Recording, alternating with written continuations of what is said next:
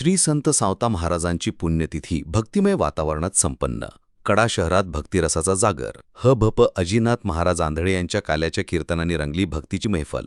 कडा शहरात श्री संत सावता महाराज यांची पुण्यतिथी मोठ्या भक्तिभावाने व उत्साहपूर्ण वातावरणात संपन्न झाली. या निमित्ताने आयोजित धार्मिक कार्यक्रमाला भाविकांनी मोठ्या संख्येने उपस्थित राहून संत सावता महाराजांच्या चरणी श्रद्धा अर्पण केली. यावेळी ह.भ.प. अजिनाथ महाराज आंधळे यांच्या रसाळ व प्रभावी काल्याच्या कीर्तनाचं आयोजन करण्यात आले होते. आपल्या ओघवत्या वाणीतून त्यांनी संत सावता महाराजांची जीवनकार्य, भक्ती, कष्ट, प्रामाणिकपणा आणि समाजाला दिलेला मानवतेचा संदेश भाविकांसमोर मांडला. कीर्तनाच्या माध्यमातून कर्म हीच खरी भक्ती आणि संतांच्या विचारांचा अंगीकार करून समाजात प्रेम, बंधुभाव व एकोपा निर्माण करण्याचे आवाहन करण्यात आले. कीर्तनादरम्यान उपस्थित भाविकांनी टाळ व मृदुंगाच्या गजरात भक्तिरसाचा आनंद घेतला. यावेळी प्राचार्य विधाते सर, युवा नेते महेश आजबे, सागर धस, रमेशअण्णा भोजने, राजू काका धोंडे, डॉक्टर संदीप टेकाडे, सुनील मेहते, विकास मेहत्रे, बी.वाय. शिंदे सर, नितीन भोजने, भाऊसाहेब भोजने, अमोल दळवी, श्रीराम राऊत, संपत भोजने, डॉक्टर हजारे, संतोष भोजने, राम कर्डिले, बबन शिंदे, डी.के. कर्डिले, सीताराम लोखंडे, पत्रकार उत्तम बोडखे, राजेंद्र तांगडे, दिगंबर बोडखे, संदीप जाधव, विनोद धोबडे, दीपक गरुड आदी सर्व ग्रामस्थ मोठ्या संख्येने उपस्थित होते. झुंज मराठीसाठी संदीप जाधव, कडा, आष्टी. आज समाजाचा खरं पुण्याचा उदय आहे, भाग्याचा उदय आहे. आज श्री संत सावता बाबा यांची पुण्यतिथी आहे. सावता बाबाच्या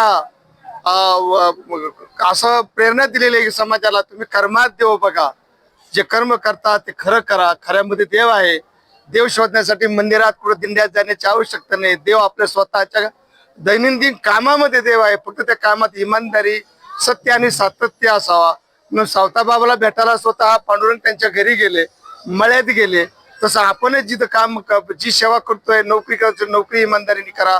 शेती करत असेल तर शेतामध्ये काम करताना भगवंताचं नामस्मरण करा. हा संदेश सावता बाबाने त्या विश्वाला दिलेला आहे. म्हणून इतरत्र देव शोधू नका आणि खूप काही कर्मकांड करावं लागतं असं काहीतलं प्रकार नाही. भगवंताच्या प्राप्तीसाठी जे कर्म आहे ते कर्म फक्त सत्य व्यवहाराने करा, खऱ्याने करा, खरं वागा, खरं बोला. हा संदेश साधू संतांनी दिला, त्या सावता बाबांनी दिला. म्हणून आज संत सावता महाराज यांच्या पुण्यतिथी निमित्ताने मी समाजाला आव्हान करतो, अनेक फतांड कर्मकांड पाखंड आणण्यापेक्षा सावता बाबाचा आदर्श घेऊन जीवन जागा. निश्चित असं प्रत्येकाचं कल्याण झाल्याशिवाय राहणार नाही. अशी मी या ठिकाणी आज बाबाच्या पुण्यतिथीला समाजाला भावनिक आवाहन करतो. आजच्या पुण्यतिथीबद्दल सांगायचं झालं तर खरोखरच म्हणजे आज 26 वर्ष झाले पुण्यतिथी साजरी करतो आम्ही. आणि आम्ही पुण्य म्हणजे मुळात मंदिर बांधण्याचा हेतूच असा होता की आता मी तेव्हा सर्व्हिसला होतो, परंतु आमचे कर्डिले आप्पा, आमचे गुरु कर्डिले आप्पा, आमचे हरिभाऊ भोजने बंधू होते, चुलत बंधू. त्या हरिभाऊ भोजनेची इच्छा होती की कडा गावामध्ये सावता महाराजाचे एक मंदिर असावं. त्या आमचे हरिभाऊ भोजने बी असे स्वभावाने असे आपल्या कर्मात देव पाहणारे होते आणि त्यांना वाटत होतं की सावता महाराज हे खऱ्या अर्थाने कर्मात देव पाहणारे. कर्म करा तुम्ही. असं देवाला इकडे जाणं तिकडे जाणं ते कधीच पंढरपूरला गेलेलं नाही. समजा थोडक्यात आपण कर्म करत असताना हे असं इमानदारीने करा आणि आपलं कर्म करत असताना दुसऱ्याला तुम्हाला काही देता नाही आलं तर देऊ नका, पण दुसऱ्याला त्रास होईल असं तरी कर्म करू नका. सगळ्यात महत्वाची गोष्ट ही होती. आणि ते विचार भावल्यामुळं कर्डिले आप्पांच्या प्रेरणा दिली. तसं पाहायला गेलं कड्यात असा जास्त भाविक नव्हता सावता महाराजांचा, परंतु मग मला त्यांनी हेरलं की कोणाला पुढे केलं पाहिजे. मग आता मी ड्युटीला असताना बी त्या आप्पांच्या लक्षात आलं की हे रमेश आहे बाबा, जरा थोडंफार मानसिकता आहे त्यांची कुठंतरी काहीतरी करण्याची. त्याच्यामुळे मग त्यांनी मी ड्युटीवर येऊस तर थांबायचे आणि मला घेऊन जाऊन, आणि आमचा कडा शहर हे असे एक गाव आहे, गेल्यानंतर कोणालाच नाही म्हणत नाही. ते फुलाची पाकळी देतात, पण ते आपण मागणारे कोण आहोत याच्याकडे सुद्धा त्यांचं लक्ष असतं. तर ते निश्चितच माझ्यावर त्या कडावासियांनी विश्वास टाकला. आमच्या सर्व जे आमचे सावता महाराजाच्या ग्रुपचे जे आहेत सर्वजण, सुनील मित्रे असतील, सर्वजण समजा आमचे राऊत येतं, आमचे दळवी येतं, हे सर्व समजा इकडं हा सगळे टोटल आमच्या मदत करणारे एवढे छगन गोलप हे ते ढोबळे एवढे सगळेच जण मदत करतात. आमचा संतोष भोजने आणि परत अजून आमचा नितीन भोजने तर समजा आता तेव्हा संभाजीनगरला राहतात, परंतु तरी पण त्यांचं लक्ष असतं इकडं. आणि याच्यामुळं आणि ही 26वी पुण्यतिथी आहे, प्रत्येक पुण्यतिथीला मोठाले आकडे देणारे दानशूर बरेच येतं. सगळ्यांचे नाव घ्यायचे म्हणलं तर यादी खूप लांब जाईल. सांगायचा हेतू असा की हे आताच 30 लाखाच्या पुढे निधी म्हणजे बांधकामाला खर्च झालाय आणि अजून पूर्ण व्हायला बी 10 लाख रुपये लागणार आहेत. तरी एवढा निधी लोकवर्गणीतूनच झाला. त्याच्यात अण्णांनी 10 लाख रुपये निधी इथं दिला, 10 लक्ष रुपये सुशोभीकरणासाठी दिले. ते GST वगैरे कट होऊन काय ते 6.5 भेटतात समजा, परंतु त्यांनी निधी दिल्यामुळं ते आम्हाला उभारी आली आणि मग आम्ही हे सगळं कार्य होऊन गेलं. आणि प्रत्येक वेळेसच एवढा सकारात्मक विचार असतात अण्णांचे. अण्णांनी जाणून बुजून तिकडल्या मंदिराचं सुशोभीकरणाचं काम सुद्धा कोणीतरी घेत होत. त्यांच्या लक्षात आलं काम करतील, हे थातूर मातूरून 2 पैसे हे करतील, म्हणून त्यांनी जाणून बुजून सांगितले सावता मंदिराचं काम ते रमेश अण्णांनी केलेलं त्यांच्याकडे द्या.